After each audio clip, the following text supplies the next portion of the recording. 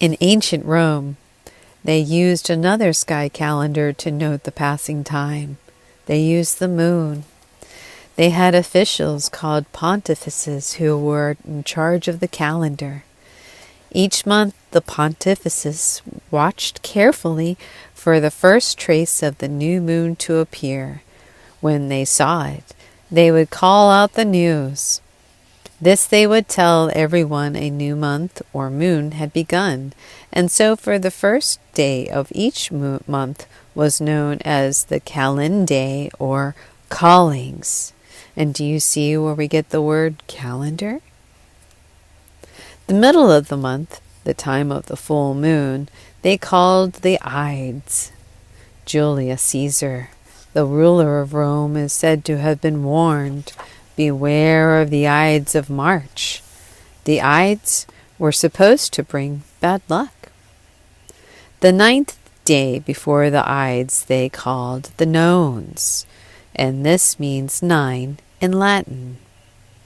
If a Roman wanted to indicate a day in between these special times of the month, he would say it, quote, "It is 2 days before the Ides," end of quote, 3 days before the Nones, end of quote. The early Romans had an 8-day week. It was not a week with day names the way we have. Their week was just the time between one market day and the next. But the most important unit of time in Rome was the month, the lunar month, a moon month. A lunar month is the time between one new moon and the next. It is always 29 and a half days long. To be precise, it is 29 days, 12 hours, 44 minutes, and 3 seconds long. This early Roman calendar was introduced in 738 BC by Romulus, the first ruler of Rome. March 1st was the New Year's Day. There were 10 months in the year. Martis, from Mars, the war god, Aprilis, perhaps coming from the Latin to open, Maius, the goddess of growth, Junus, after Juno, the goddess of marriage and family, Quintilis, meaning 5th month, Sextilis, 6th month, September, 7th month, October, 8th month, November, 9th month, December, 10th month.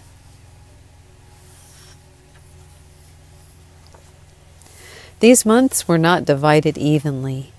5 months had 31 days, 4 months had 30 days, and 1 month had 29 days. And you might say, well, that does not add up to a full year's time. Well, no, you're right, it doesn't. But the Romans were rather casual about their calendar. There was a time of year following December that they simply didn't care about. It lasted for about 60 days. It was cold and it was dreary and nothing much was going on, so they simply left it out of the calendar. This is a big blank spot, a nameless time each year. It is thought that it was later Roman ruler Numa Pompilius who added 2 more lunar months to fill in the blank spot, and he called these months Januaris and Februaris, or January and February. Januarius for Janus, the two-faced god, one face looking back at the old year and one face looking forward to the new year, and the Februaris from the Latin to purify, since the feast of purification was held at that time. The months were redivided so that there were 4 months with 31 days, 7 months with 29 days, and 1 month, Februaris, with 28 days. Now they had a calendar that added up to 355 days, or more exactly, a year of 12 moons, 12 lunar months. But this still does not equal a true season or a solar year. Remember? It takes 365 days, 5 hours, 48 minutes, and 46 seconds of the Earth to go around the sun and go through all the seasons.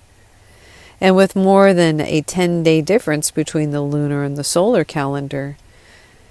Well, those dates and the seasons would not move along at the equal pace, and the calendar would soon be of great error. This was caused difficulties, and for example, if, say, the festival of Venial Rustica, when the priests plucked the first fruit of the vineyard, was celebrated on a certain fixed date in the lunar calendar, each year it would fall 11 days earlier in the season. And when it got too early in the season, the grapes were not ripe enough to pick. Well, this is how the Romans solved the problem. Every 2 years, they added an extra short month of 22 or 23 days to make up the difference between the lunar year and the solar year. Doing this, that they called it the intercalation, or inserting something into the existing calendar. Our leap year day is an intercalation. But the Romans' pontifices, well, they were not exact or conscientious about making this intercalculation. Often they would deliberately let the calendar go wrong, just to suit their own or a friend's personal or political conveniences.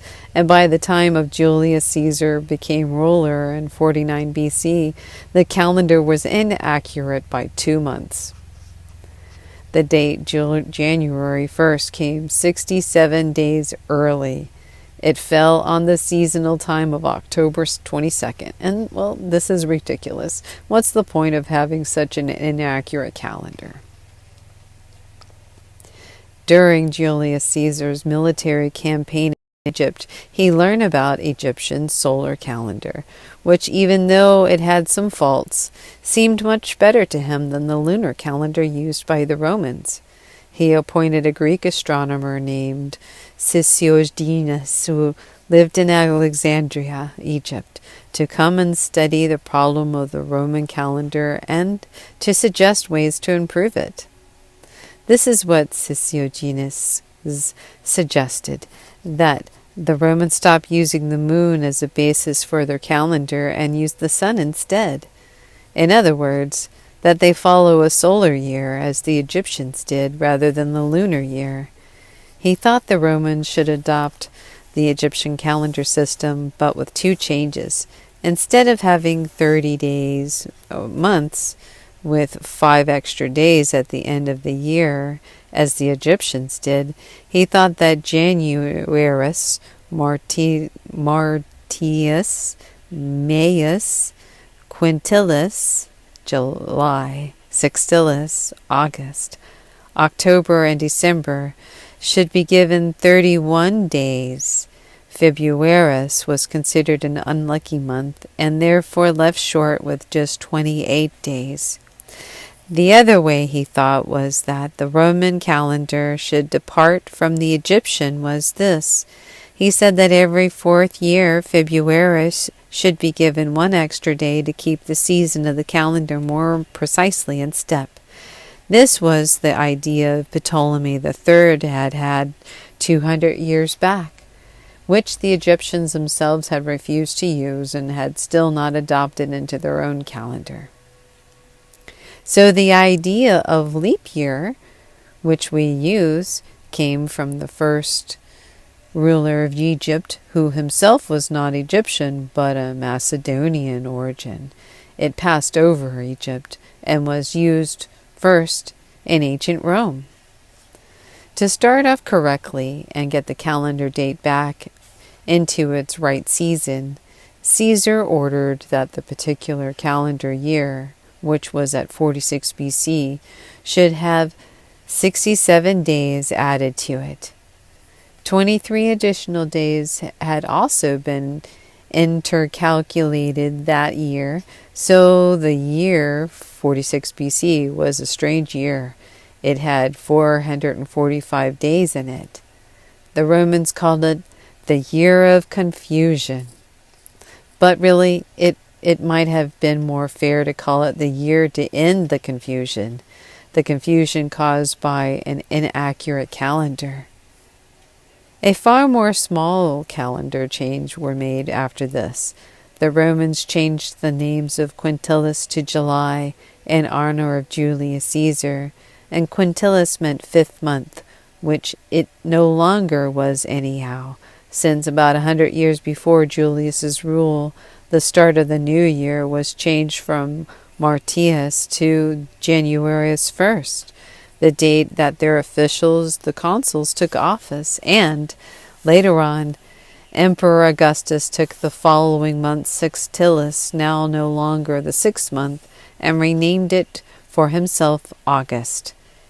It is basically this calendar adapted from ancient Egyptians, suggested by the Sociogenes, a Greek, and put it into effect by Julius Caesar in Rome, that we use today, and it is called the Julian calendar, after Julius Caesar, or the Julii calendar.